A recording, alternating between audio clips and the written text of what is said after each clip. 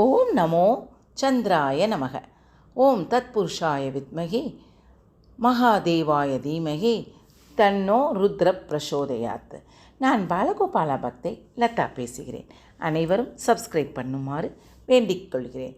நம் சிவனுடைய அருளை பெறுவதற்கு நாம் இன்றைக்கி என்ன பார்க்க போகிறோம் நீங்களே கண்டுபிடிச்சிருப்பாங்க. என்னன்னு பார்த்தீங்கன்னா, நாளைக்கு நமக்கு இந்த சித்ரா பௌர்ணமி எப்படி ஃபேமஸோ அந்த மாதிரி ஐப்பசியில் வரக்கூடிய பௌர்ணமி நம் சிவனுக்கு ரொம்பவே புனிதமானது. இந்த சிவனுக்குரிய இந்த அன்னாபிஷேகம் ஏன் ஐப்பசியில் செய்யப்படுகிறது, அதனுடைய விளக்க உரையும் அதனுடைய கருத்துக்களையும் அதனுடைய கதைகளையும் பார்ப்போமா? வாருங்கள், கடைசி வரை பாருங்கள். இது ஒவ்வொருத்தவங்களும் தெரிஞ்சிக்க வேண்டிய ஒரு உண்மையான கதையம்மா. கல்லினுள் இருக்கும் தேரை முதல் கர்ப்பப்பையில் இருக்கும் உயிர் வரை என அனைத்து உயிர்களுக்கும் உணவளிப்பது யாரு? நம் சிவபெருமான். அதே போன்று விதவிதமாக ஒவ்வொரு ஆண்டும் ஐப்பசி மாதம் பௌர்ணமி அன்று அனைத்து சிவாலயங்களிலும் அன்னாபிஷேகம் நடத்தப்படுகிறது. அந்த நிகழ்வின் போது சிவலிங்கத்தை முழுவதுமாக அன்னத்தினால் மூடி அலங்கரித்து வழிபாடு நாம் செய்கிறோம். ஏன் ஐப்பசி மாதத்தில் மட்டும் அன்னாபிஷேகம் செய்யப்படுகிறது? அதாவது என்னன்னு பார்த்தீங்கன்னா, ஜோதிடத்தில் குறிப்பிடப்படும் அனைத்து 27 நட்சத்திரங்கள் சந்திரனுடைய மனைவி. இந்த கதை நம்ம ஏற்கனவே இப்போ நம்ம படிச்சிருக்கிறோம். அதில் ரோகிணி நட்சத்திரத்துடன் மட்டுமே இவர் யார்? சந்திர பகவானுக்கு அவளை கண்டாவே யார்? ரோகிணியை பார்த்தாவே அவளுக்கு பிடிக்காது. யாருக்கு? சந்திர பகவானுக்கு.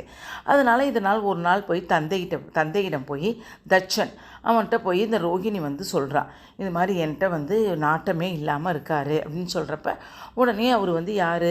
தட்சன் உடனே உன் உடல் தேயட்டும் என்று அவர் சாபமிடுகிறார். அப்போது முதல் சந்திரனின் ஒவ்வொரு கலைனா அவர்கிட்ட இருக்கிற ஒவ்வொரு கலையும் அப்படியே குறைய தொடங்கிருச்சான். அப்போ அவருக்கு ஒவ்வொன்றா அந்த சந்திரன்றது எவ்வளோ ஒரு பிரகாசமானது, அது அப்படியே பொலி விளந்துக்கிட்டே வந்துச்சான். அது வந்தப்போ உடனே அவர் தன் தவறை உணர்ந்துட்டு அந்த திங்களூரில் உள்ள கைலாசநாதரை என் சாபத்தை தீர்க்குமாறு வணங்கினாராம்.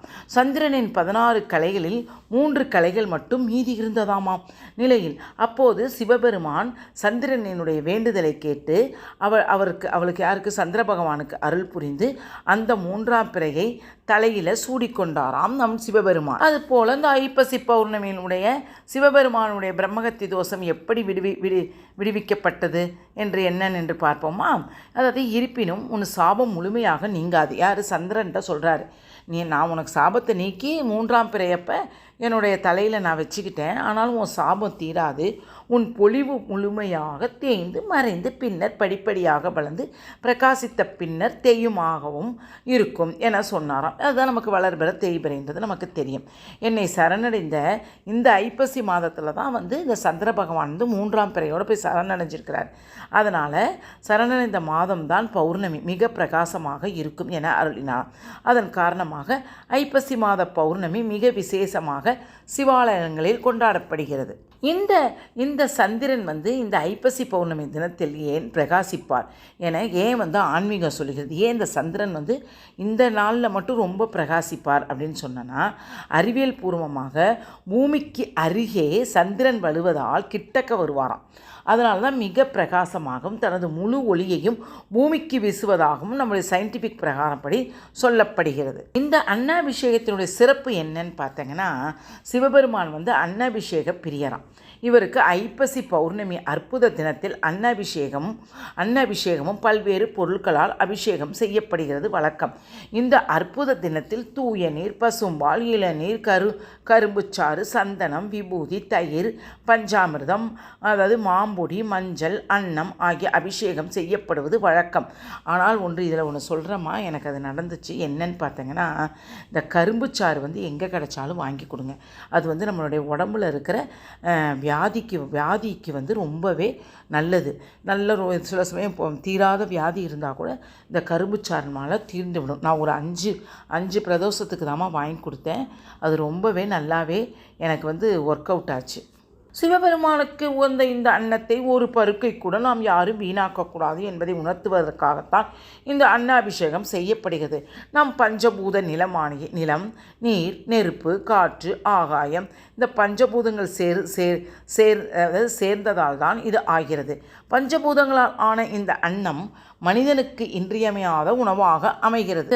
இந்த சிவனுடைய லிங்கத்துக்கு இந்த அன்னாபிஷேகம் செஞ்சு அந்த அன்னத்தை 2 மணி நேரமாவது அட்லீஸ்ட் ஒரு 1.5 மணி நேரமாவது அப்படியே வச்சுருப்பாங்களாம். அதில் இந்த சிவன் முன்னால் உட்காந்து நம்ம யஜுர்வேத பாராயணம், ருத்திரம், சமகம் ஆகிய பாராயணம் செய்யப்படுவது வழக்கமாக உள்ளது. இந்த நேரத்தில் மிகவும் கதிர்வீச்சு இருக்கும் என்பதால் தான் அந்த அன்னத்தை கோயில் குளத்தில் அல்லது ஆற்றில் கரைத்து விடுவார்களாம். அது நீர்வாழ் உயிரினங்களுக்கு உணவாகி விடுமாம். இந்த இப்படிப்பட்ட அன்னாபிஷேகத்தன்று ஏதோ 1 கிலோவோ 2 கிலோவோ நாம் அரிசி வாங்கி கொடுத்து அந்த சாதத்தோடு அவங்க எல்லாம் ஒன்றா போட்டு அதை வடித்து அன்னாபிஷேகம் கண்டவர்களுக்குத்தான் சொர்க்கம் கிடைக்கும் என்பதை உணர்த்தும் வகையில்தான் சோறு கண்ட இடம் சொர்க்கம் என்று பழமொழியும் கூறப்படுகிறதாமாம். அன்னாபிஷேகத்தை கண்டால் தொழில், வியாபாரம், பிரச்சனைகள் தீர்ந்து நல்ல லாபம் கிடைக்குமா. அன்னாபிஷேகத்தில் கிடைக்கின்ற இந்த பிரசாதத்தை நாம் சாப்பிட்டோம் என்றால் மங்காத தோற்ற பொழிவு கிடைக்கும். ஏன் சிவனுக்கு இந்த அன்னாபிஷேகம் செய்யப்படுகிறது என்று பார்த்தால், அன்னம் பரபிரம்மம் என்று கூறி உணவை இறைவனாக பாவித்து நம் இந்து தர்மம் உணவுதான் அனைத்து அன்னத்தையும் தண்ணீரையும் மட்டும் பழிக்கக்கூடாது என்று சொல்லப்படுகிறது என நம்முடைய சாஸ்திரங்கள் சொல்லுகின்றன. கல்லினுள் வாழும் தேரை முதல் கர்ப்பப்பையில் வளரும் உயிர் வரை அனைத்து உயிர்களுக்கும் உணவளிப்பவன் தான் நம் ஈசன். அதனால்தான் அன்னத்தை பற்றி அகமன்னதோ என்று சாமவேதத்தில் குறிப்பிடப்படுகிறது. அதாவது எங்கு நிறைந்திருக்கும் பரம்பொருள் அன்னத்தில் வடிவில் இருக்கிறாய் என்பதே இதன் பொருள். அதனால்தான் அன்னம்தான் உலகில் வாழும் உயிர்களுக்கு அடிப்படை உயிர்களை படைத்ததோடு மட்டுமல்லாமல் அவை உண்பதற்கான இறையையும் படைத்தருளிய இறைவனுக்கு நாம் நன்றி கூறும் விதமாக இந்த ஐப்பசி மாத பௌர்ணமி தினத்தில் எல்லா சிவாலயங்களிலும் அன்னாபிஷேகம் கோலாகலமாக நடத்தப்படுகிறது. இன்னொரு கதை, இது நம்ம ஏற்கனவே நான் சொல்லியிருக்கிறேன். இந்த பிரம்மகத்தி தோஷம் ஏன் சிவனுக்கு ஏற்பட்டது, அதுக்கு இதுக்கும் ஒரு அன்னபூரணிக்கு ஒரு லிங்க் இருக்குது. அது என்னன்னு பார்த்தீங்கன்னா, அதாவது சிவனுடைய கர்ப்பத்தை அடக்கிறதுக்கு இந்த 5ஆம் தலையை இவர் யார், சிவபெருமான் கையால் அந்த 5ஆவது தலையை உடைச்சி பிச்சு அப்படி தூக்கி போடுறப்ப அவருடைய அந்த பெருவிரல் அந்த தலையோடு ஒட்டிக்கும். அதை ஒட்டி கொள்ளும்போது அப்போ சிவபெருமான் இந்த சிவபெருமான் என்ன செஞ்சாலும் அவருக்கு அந்த பிரம்மகத்தி தோஷம் ஏற்பட்டுடுது. இதை நம்முடைய விஷ்ணு பகவான் சொல்லும்போது அவருடைய ஏதோ கொஞ்சோண்டு, அது நான் சொல்லியிருக்கேன், அவருடைய கைவிரலில் ஒரு ரத்தத்தை பட்டோன்னே அந்த அந்த அவருடைய கட்டை விரலும் அவருடைய தலையும் தனித்தனியாக பிரிஞ்சிடும்னு அப்போ சொன்னேன். ஆனால் இதில் என்னன்னு பார்த்தீங்கன்னா, அவருடைய அந்த யார், நம்ம பிரம்மாவுடைய அந்த 5ஆவது தலையை தான் கபால, அதாவது என்னென்னா கவியை போது பிச்சை பாத்திரமாக மாறிவிடுகிறதாம் அவரோட கபாலம்னா தலை. யார் பிச்சை இடும்போது இந்த கபால அன்னத்தினால் நிறைகிறதோ அப்போது அந்த கபாலம் சிவபெருமான் கையை விட்டு அது வரைக்கும் இந்த கட்டவரலே அந்த தலை ஒட்டிக்குதான். அதனால் என்று சொன்ன உடனே அப்போது உலகில் உள்ள யார் அன்னமிட்டு அந்த கபால பிச்சை பாத்திரமும் நிரம்பவில்லையாம். யாருக்கு? நம் சிவபெருமானுக்கு. அப்படி அந்த கட்டவரிலேயே அந்த கபாலம் ஒரு பிச்சை பாத்திரமாக மாறியது, ஒரு சட்டி மாதிரி. சிவபெருமான் காசிக்கு செல்லும்போது அன்னபூரணி அன்னமிடுகிறார். அவளது அன்பின் காரணமாக கபாலம் அன்னத்தினால் நிறைய பிரம்மனின் தலை சிவபெருமானை விட்டு விலகுகிறது. சிவபெருமானும் பிரம்மகத்தி தோஷத்திலிருந்து மாயையிலிருந்து விடுபடுகிறார்.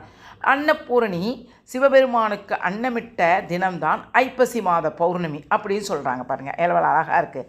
அதனால்தான் சிவபெருமானுக்கு ஐப்பசி மாத பௌர்ணமி தினத்தில் அன்னாபிஷேகம் செய்து அவரது திருமேனியை முழுமையாக மூழ்கும்படி அன்னத்திலேயே அபிஷேகம் செய்யப்படுகிறது. இந்த கதைன்னு கிடையாது, இதெல்லாம் அந்த காலத்தில் ரொம்பவே பீசியஸான நமக்கு ஒரு சரித்திரமாக.